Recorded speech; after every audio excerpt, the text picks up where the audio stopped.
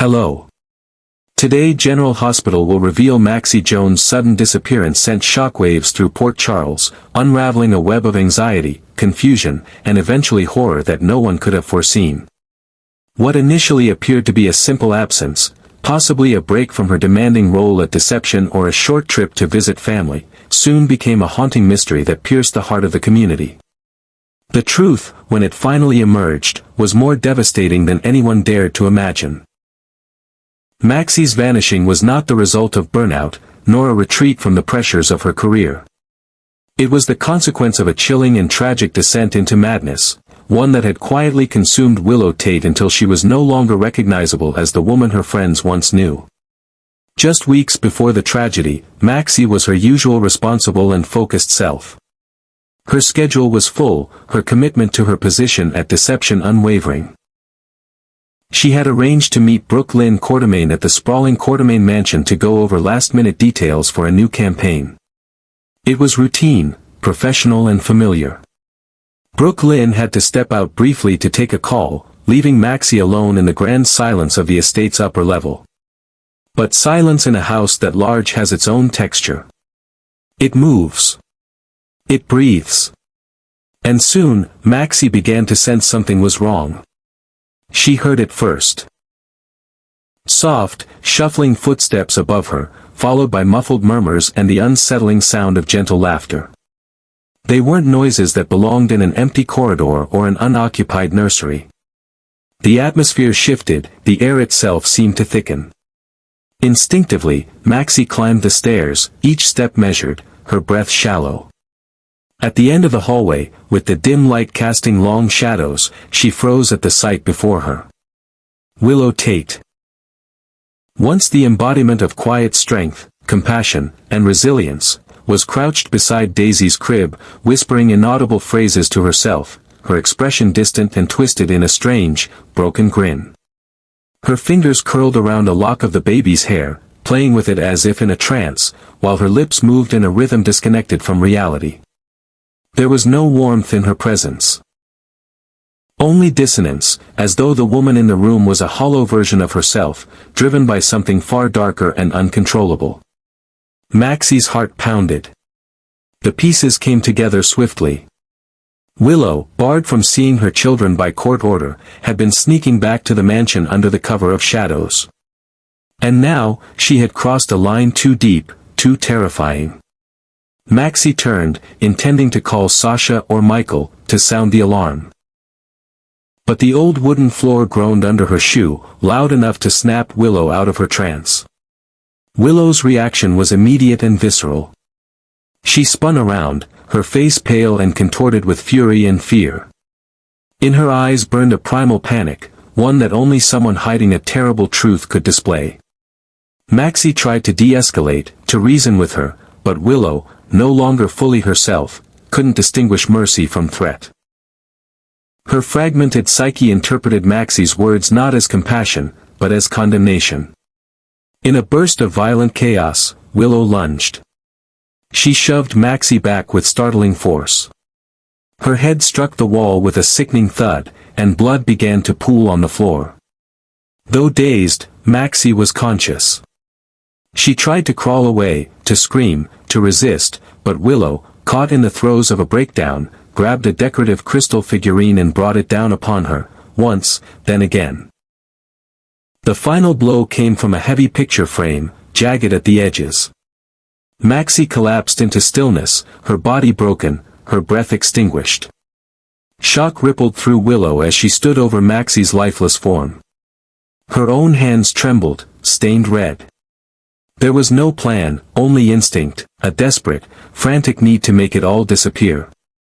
She dragged Maxie's body into the deepest closet in the far wing of the house, one filled with rarely touched linens and forgotten furniture.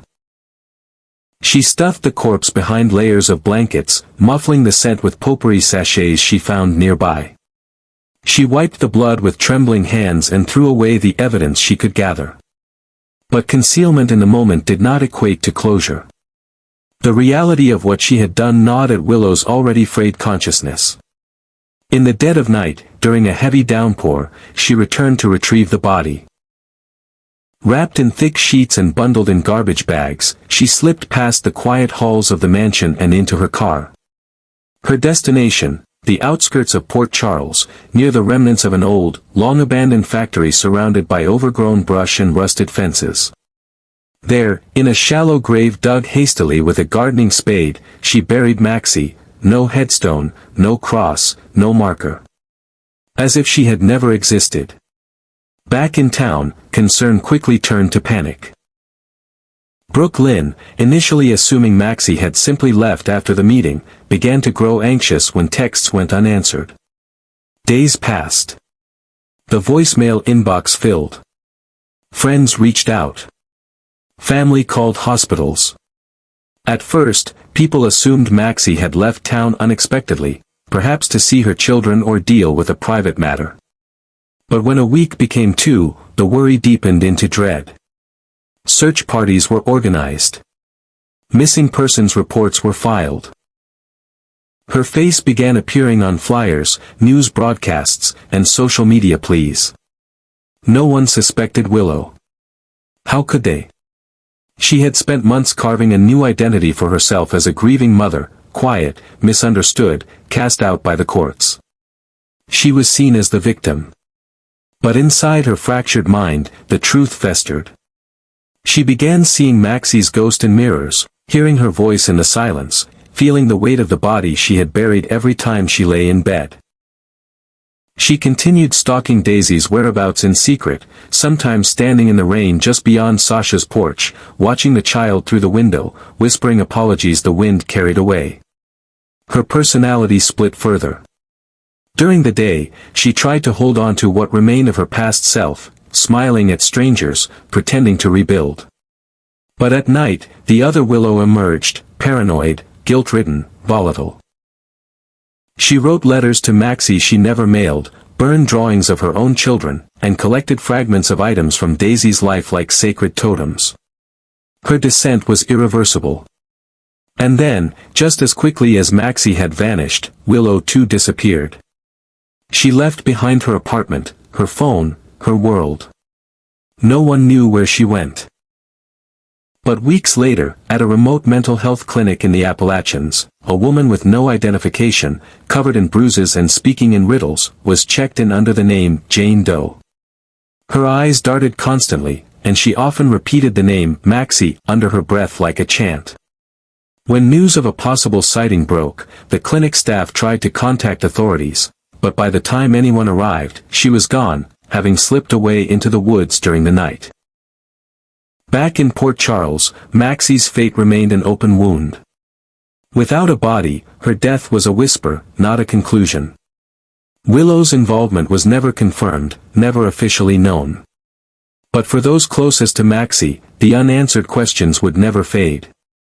Every whisper of wind, every creaking floorboard in the Quartermain mansion, every sleepless night would carry the weight of a tragedy that might have been prevented, had someone seen Willow's unraveling for what it truly was. In the eyes of the public, Kirsten Storm's absence from General Hospital was temporary, a personal decision to relocate, a professional hiatus. But within the world of the show, her character's exit was transformed into one of the darkest, most chilling storylines the series had dared to explore. A disappearance cloaked in madness. A murder hidden behind grief. And a once-beloved soul now lost beneath the soil of secrets. Maxie's death remained a grim and unspoken mystery for months. Her absence casting a cold, lingering shadow over Port Charles.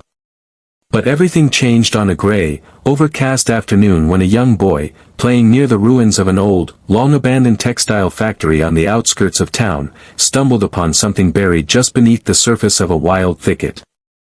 He had been searching for rocks and odd-shaped sticks when his hand tugged at a piece of what appeared to be old cloth. But it wasn't just cloth. It was tattered, faded fabric soaked with the unmistakable hue of dried blood, bound around something heavy. The boy screamed and ran, and within the hour, police had cordoned off the area.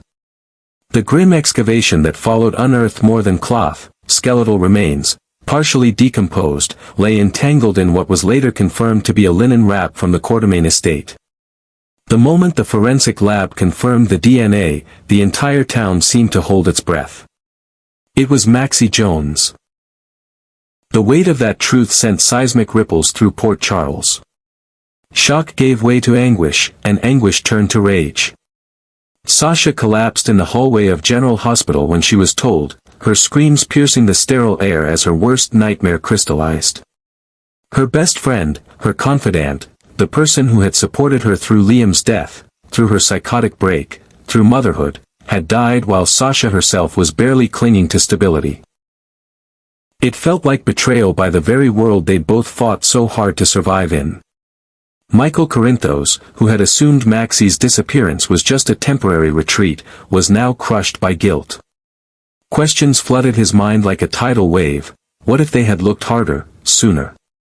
What if they had taken the eerie silence more seriously? Brooke Lynn was inconsolable, replaying every detail of that day at the mansion. The quick phone call, the decision to step outside, the sound she thought she heard from upstairs but chose to ignore. She could no longer sleep without seeing Maxi's face, without wondering what might have changed if she'd climbed those stairs instead of dismissing her instincts. And as the investigation deepened, so too did the suspicion. The timeline became critical. Investigators retraced Maxi's final movements, confirmed she had gone to the Quartermain estate, and found her car still parked a few blocks away, covered in dust. There were no signs of forced entry, no evidence of a stranger lurking around the property.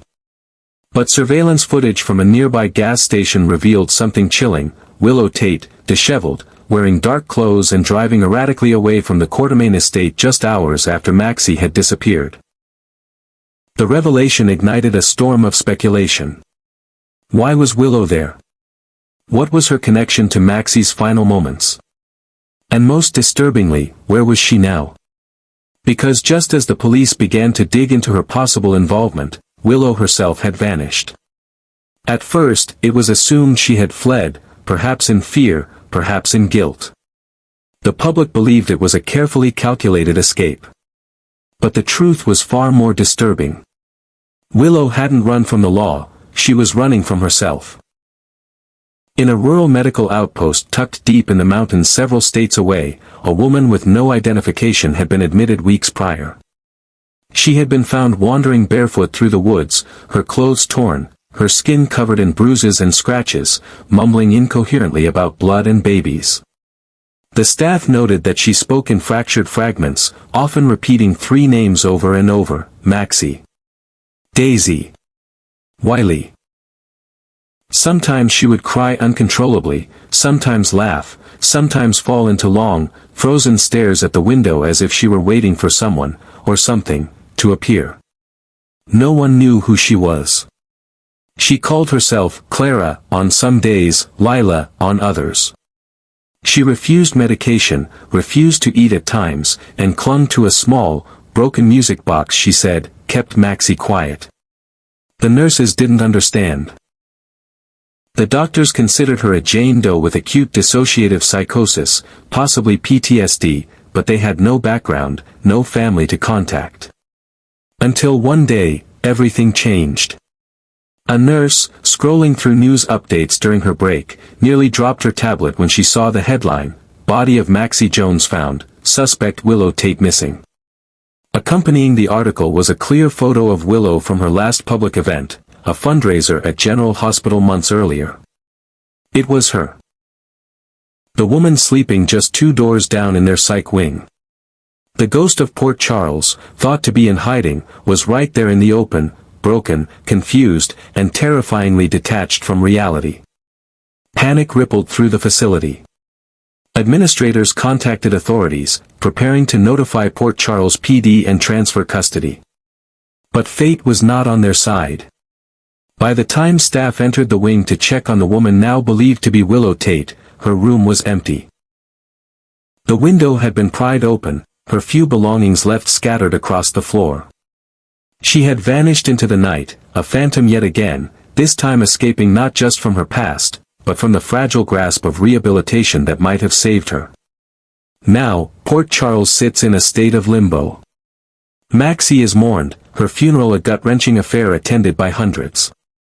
But her killer remains elusive. Willow's story has become legend, part cautionary tale, part ghost story. Mothers clutch their children closer. Friends distrust the silence of their own homes. Sasha can no longer leave Daisy unattended for a second, afraid of shadows that might linger just outside the window. And in the depths of the wilderness, somewhere far from roads and lights, Willow wanders, a woman fractured beyond repair, hunted by her past and haunted by a name she can never forget, Maxie. The moment the hospital realized their patient had vanished was the precise moment Port Charles unknowingly crossed a threshold into darkness. The fragile woman known only to the clinic staff as a Jane Doe, who whispered fragmented confessions in the dead of night and clutched at invisible wounds, had escaped.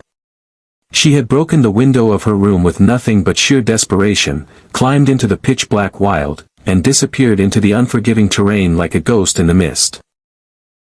By the time the authorities were notified, it was already too late. No cameras had captured her flight. No witnesses had seen her go.